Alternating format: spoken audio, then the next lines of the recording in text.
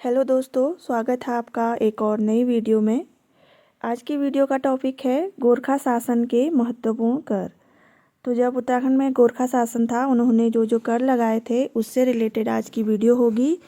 और ये जो वीडियो है वो आपकी जो अपकमिंग एग्ज़ाम्स हैं यूकेपीएससी के द्वारा फॉरेस्ट गार्ड, पुलिस और आपके कनिष्ठ सहायक और जो भी एग्ज़ाम्स हैं आने वाले उससे रिलेटेड ये वीडियो है और ये महत्वपूर्ण टॉपिक है। आप वीडियो में लास्ट तक बने रहें।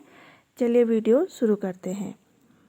तो इसमें पहला जो कर है वो है सलामी कर, जो अधिकारियों को भेंट में दी जाती थी।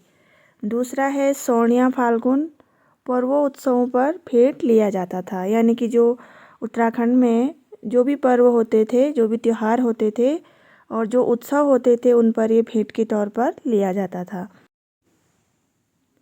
फिर है इसके बाद तांबा खान एवं टकसाल कर, जो कि सीसा, तांबा आदि धातुओं की खानों से लिया जाता था। और धनपुर की जो सीसे और तांबे की खानें हैं तब ये लगाया गया था 1808 में, और धनपुर तांबे में 1815, श्रीनगर टकसाल पैसों में 1815 में लगा था। अगला जो कर है वो है अधनी कानूनगो कर, निर्यात कर, जो कि सीमा आयात निर्यात एवं चुंगी कर होता था। जो राज्य की सीमाएं होती थी उन पर एक कर लगाया जाता था चुंगी के तौर पर। फिर इसके बाद है अगला कथ या कुइरसाल कर। फिर है अगला कठवांस कर। फिर है दोनिया कर, जो पहाड़ी पशुचारकों से वसूल किया जाता था, दोनिया कर। जान्या शून्या कर, कर्मचारियों से लागत के बाबत पूछने पर लिया गया कर। फिर अगला है अधन्नी दफ्तरी कर। तो ये कर जो है राजस्व का काम करने वाले कर्मचारियों के वेतन के लिए खस जमींदारों से लिया जाता था। फिर इसके बाद है अगला मौकर, प्रति 2 रुपया कर। इसे चंदू ने भी लगाया था।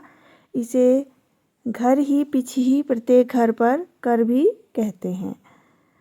गढ़ राज्य में प्रत्येक मौकर प्रत्येक मवासे पर लिया जाता था। यानी कि जो जो घर होते थे प्रत्येक घर से ये कर मौकर लिया जाता था। फिर है घी कर, दुधारू पशुओं के मालिकों से कर लिया जाता था, जिन्होंने पशुओं का पालन कर रखा है और जो दुधारू पशुएं हैं उनसे ये कर लिया जाता था। फिर है बहता कर, छिपाई गई संपत्ति पर। और रहता बचा खुचा, तो ये कर जो है ग्राम छोड़कर भागे हुए लोगों से यह कर लेते थे। मरो या मृतक कर, पुत्रहीन व्यक्ति या बिना उत्तराधिकारी के मरने पर चल अचल संपत्ति राज्य का अधिकार।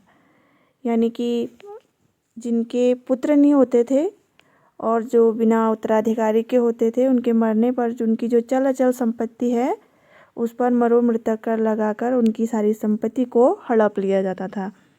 इसके बाद आया मिझारी कर। ये है शिल्पकर्मियों तथा जगरियों ब्राह्मणों से इसे लिया जाता था।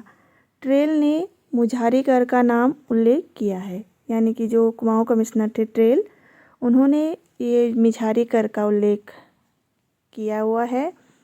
इसके बाद अगला आया टाँट कर।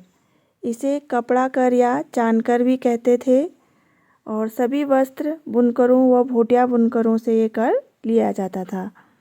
तो आपको मालूम होगा अभी भी जो घास वगैरह लाने के लिए जिसे यूज़ किया जाता था उसे टाँट बोला जाता है। तो उस समय से ये शब्द प्रचलित था टाँट कर। तो ये उनसे लिया जाता था, जो कपड़ा कर या चान कर, जो बुनकर उनकर होते थे, भूटिया होते थे, उनसे टाँट कर लिया जाता था। फिर अगला देखिए, अगला कर जो है वो है सोनिया फागुन कर। शासकों द्वारा बनाए गए उत्सवों के लिए लिया जाता था। बनाए जाने वाले जो उत्सव हैं उनसे कर लिया जाता था। मेजबानी दस्तूर, या प्रत्येक बीसी पर 1 रुपया लिया जाता था। पगड़ी या पगड़ी कर, जमीन की क्रय विक्रय में क्रेता से लिया जाने वाला यह महत्वपूर्ण कर है। यानी कि जो पगड़ी कर है ये इम्पोर्टेंट है। फिर है तिमाही कर, इसमें फौजदारों को 4 व सूबेदारों को 2 आना देने पड़ते थे। इसके बाद है टीका भेंट, शुभ अवसरों जैसे शादी विवाह पर लिया जाता था ये। और सलामी कर एक प्रकार का नजराना कर है। पुगाड़ी कर, यह भूमि कर सबसे महत्वपूर्ण था, इसी से सैनिकों को वेतन दिया जाता था, यानी कि जो गोरखा कालीन में जो सैनिक रखे गए थे उन्हीं को पुगाड़ी कर से उनको वेतन दिया जाता था। मांगा कर युद्ध के समय लिया जाने वाला कर है, मांगा कर। फिर है इसके बाद कुसही कर, ब्राह्मणों पर लगाया जाने वाला कर है। फिर देखिए लास्ट जो कर है कल्याण धन कर, सोने चांदी के आभूषणों जहाँ कहीं गड़े होने व मिलने पर उस पर कल्याण धन के नाम से कर लिया जाता था। यानी कि कहीं खुदाई में अगर आपके गड़ा हुआ सोना कहीं मिलता था तो और सोने चांदी के जो आभूषण मिलते थे उन पर कल्याण धन कर लगाया जाता था। तो अभी के लिए बस इतना ही। अगर आपको वीडियो पसंद आती है वीडियो को लाइक शेयर कमेंट करिएगा और अगर आप चैनल पर नए हैं तो चैनल को सब्सक्राइब कर लीजिएगा। धन्यवाद।